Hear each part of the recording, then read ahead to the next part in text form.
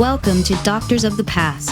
Here is your daily dose of historical knowledge, guaranteed to be side effect free. At number 36 on Paris's Rue Vaugirard, a marble bar is affixed to a wall.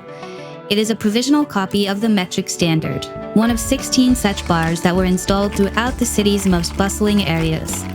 At 13 Place Vendôme, we find the only other survivor.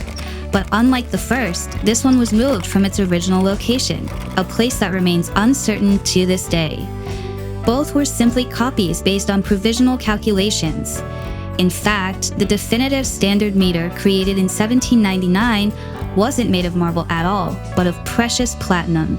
It is famously known as le Mètre des archives because the original is safeguarded in the French National Archives, les Archives Nationales. Our next pill, a Phoenician, Greek, and Roman god. Subscribe now so you don't miss it.